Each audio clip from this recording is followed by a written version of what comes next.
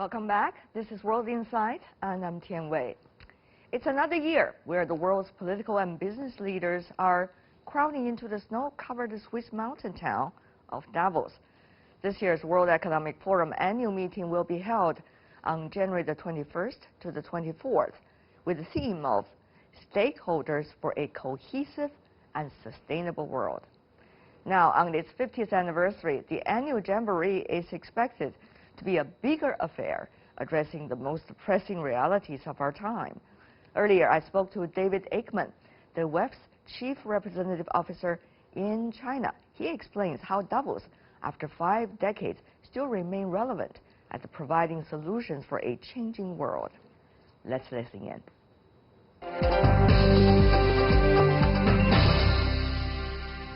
What a pleasure to have you on CGTN. Thank you. Another year of Davos, but very different this time. 50th anniversary. Congratulations. Thank you. Thank you. There is one question. When we talk about 50 years, World Economic Forum was very relevant at a time when the world has been changing so fast over the past 5 decades. But what about from now on, as the world is changing in a very different logic, and the World Economic Forum is based in Europe? So how is it going to make it relevant? Well, I think one of the ways the World Economic Forum has been relevant for the last 50 years has been to always be ahead of the curve. The reason why we hold the annual meeting in January is because we get leaders to step out of their daily business and look over the horizon, lift their heads up out of the business and look for the longer term. And I think that's one of the things that's really helped us with our relevance. And now as we look to the next 50 years, what we see is the need to really renew business's mandate with society. And that's why we've created the theme this year around the stakeholders theory, coming back to our origins, if you will. Because 50 years ago, our organization was founded on the notion that all of the stakeholders of society need to work together to improve the state of the world. I have to question, because now people even find it difficult to know what's going to happen in 5 days. Not to even mention 5 months, 5 years, or even 50 years. So how would a place like a World Economic Forum, where is the energy of thinking is coming from over the past decades, continue to play that role? It's just a big question mark to me. At the origin, back in 1973, in our 3rd year of operation, we launched something called the Davos Manifesto. And we're bringing it back again this year, which is looking at business's role in society. Because we feel that although over the last decades, business has really profited, society is not doing so well. Many of the fragments and cracks that we've been talking about for the last 5 or 6 years are now reaching fracture zones. It's like a tectonic shift.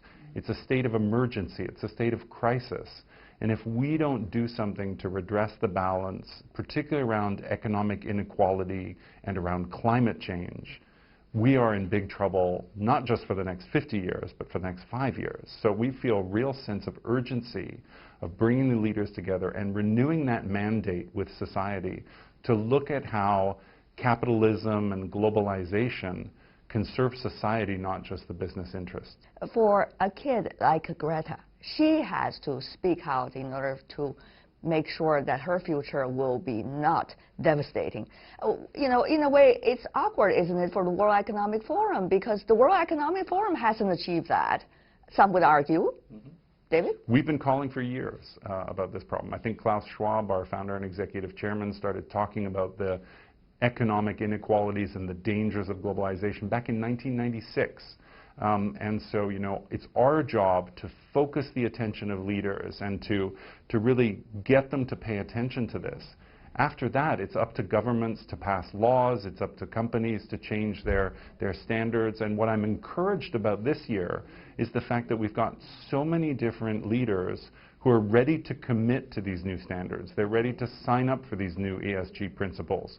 We are hoping that over 100 countries are going to be announcing new rules on trade facilitation to try and fix some of the cracks in the current trade system. So we're really looking for those tangible commitments, and it's our job to then hold people accountable year on year. What is that trade facilitation issue is likely to be? How are economies going to commit to that? One of the things we've seen, the challenges with the current trade system is it doesn't necessarily have the right guidelines and standards in place for digital trade and the trade of e-commerce and so on. So there's been a huge initiative over the last 2 years between the World Economic Forum, the WTO, and some of the big e-commerce giants worldwide to see what can be done to improve this environment. And so we're hoping to be able to announce some positive steps there. The U.S. president committed to come to Davos last year, didn't show up.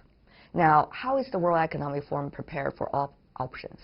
You know, it's always a challenge for us with leaders' agenda. I think this year, for example, we bump right up against Chinese New Year, which makes it much more difficult for our Chinese participants to join. So we always have these scheduling challenges, and as world and domestic events spring up, sometimes leaders do have to cancel their participation. But this year we have over 60 heads of state engaged, 280 public figures, and oftentimes what we find is we have strong delegations with all of the key ministers from trade, from commerce, from the economy, from science and technology, environment. So even if a given leader is not able to participate in 1 year or due to circumstances, we still have delegations which can do that important work. And as I said, you know, so much work takes place in the closed-door meetings where we really want things happening at the working level. So sometimes getting a room to have a meeting is a problem. It is a challenge. Davos is a small resort that doesn't have the right infrastructure.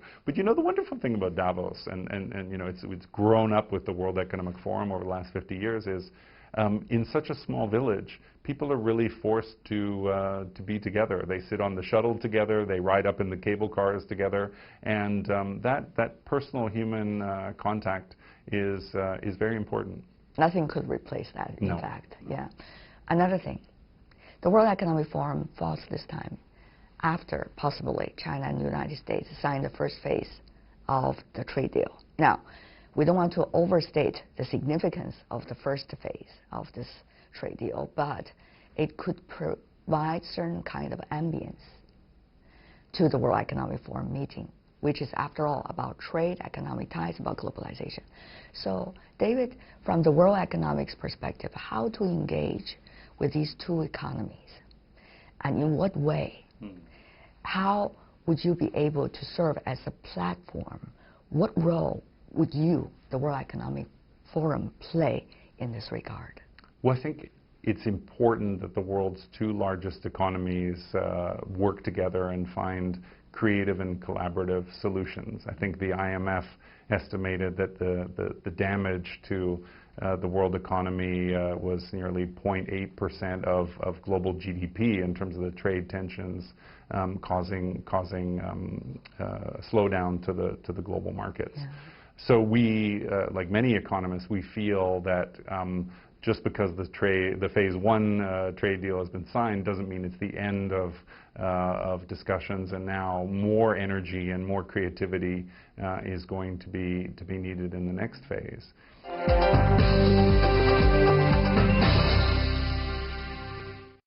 Chinese President Xi Jinping made a speech at the World Economic Forum a few years ago.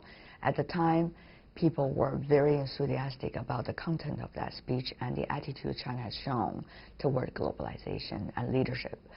Now, things have been evolving since then, of course, in a very dramatic way all over the world. So, David, how do you see, from the World Economic Forum's perspective, China is today? And how do you see the possibility that we can make efforts so that the world will not be further divided? I think it's very interesting that the words that President Xi said in 2017 about needing to learn how to swim together in the ocean of globalization still ring true today. Everything that he said in that speech about not turning your back on globalization, about further opening up, and that all the nations need to work together to create that shared destiny for humanity. All of that is still true, and if you look in the last 2 years, China has not slowed the pace of reform and opening up. In fact, at our summer Davos meeting last summer, Premier Li Keqiang announced that they would be advancing the opening up of financial markets by even 1 year. So in fact, China has maintained its commitment and its efforts to continue that reform and opening up in the face of a context, global context, which is more challenging and more difficult. How do you see the science and technology, which used to be a common ground for human beings, and now at a very different stage, and how is World Economic Forum going to be able to strengthen the still existing ties about that area? I mean, the reality is that technology and scientific breakthroughs are going to continue to fuel and to drive the world forward. I mean, that's why we've called it the fourth industrial revolution. That's because right. We do feel that it's a technological revolution, and it's something that is very difficult to master. It's very difficult to take control of. I think you'll see different sessions in Davos around preventing a technology Cold War and different things like this, because we do recognize that technology governance has become a sort of a battleground of ideologies and of economies and so on. Again, what's important, I think, is to bring the different voices together, to have them discuss, and to explore those areas where we really do need this interoperability. You know, it's not enough for these systems. I mean, can you imagine your self-driving car which stops at the border because it doesn't have the way to operate with the system next door? I mean, we wouldn't accept this, and so we need to pull the leaders together and to say, let's not focus on the rivalries, let's not focus on the competition. The strategic competition will already be there. Let's focus on the areas where we need collaboration, where we need global standards for safety, where we need, you know, because if you think from society's perspective, if you think from the consumer's perspective, you need to find solutions to these rivalries. So we don't see, you know, the technological competition going away, but we're trying to find ways of creating cooperation around some of these technology issues, and also fostering environments where we can talk about governance. Congratulations about all of these wonderful ideas. Well, I think it's also inspiration from China, wasn't it? Zhou Enlai, who said we need to work on our cooperation while reserving our differences. So we'll put the differences aside and we'll work on the cooperation. You learn a lot about China wisdom. Finally, before we go, David, I know you are moving the World Economic Forum into a brand new office, so that's wonderful. And I wonder, how is the China office or the Beijing representative office of the World Economic Forum likely to play its role in the future? Well, I'm very pleased to welcome you to our new offices. It's great to have you here for our annual gathering. I'm in red about 50 years and the first visit. And you know, it shows actually the growing importance, I think, of the World Economic Forum. In the last 5 years, we've more than doubled the engagement of Chinese companies who participate in the World Economic Forum. We've been very privileged to host senior leaders like President Xi in 2017. I think that reflects China's real appreciation and understanding for the way in which the World Economic Forum, as this neutral and impartial independent platform, can really help China with its global efforts. It can help be a bridge to China reaching out to the world, whether that's through the government side or whether that's in the corporate side. So many of the Chinese companies have gotten involved with the World Economic Forum because they said, look, as we go global, whether it's to the ASEAN region, whether it's to Europe, whether it's truly going global, we struggle with the way to work with government, to work with civil society, to understand these new markets. And so being part of these working groups and these initiatives that are working together with other companies, working together with governments, it allows them a way to build trust, or allows them to build relationships on topics that they care about in markets that are important to them. So I do see a bright future for the World Economic Forum in China, because I think we serve a very important function for China to deepen its engagement and to have more leader-to-leader exchange with countries from around the world. So hopefully this new office will be a nice place to receive our visitors from abroad and to host interesting events that will really serve that purpose. David Aikman, always a pleasure. Thank you so much. I We appreciate it. Nice to see you. Thank you.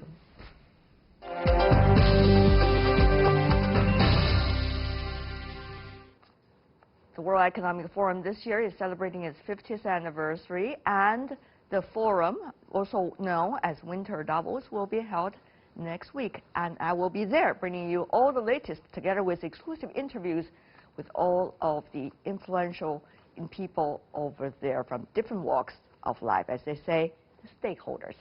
And that is all the time we have for today. If you'd like to see more, try to find us World Insight CGTN into the search engine, or check out our YouTube channel. Follow us on Twitter and Facebook as well. I'm Tian Wei, and everyone on the World Insight team, thanks for watching. Tune in next time. More insight across China and around the world. Good night.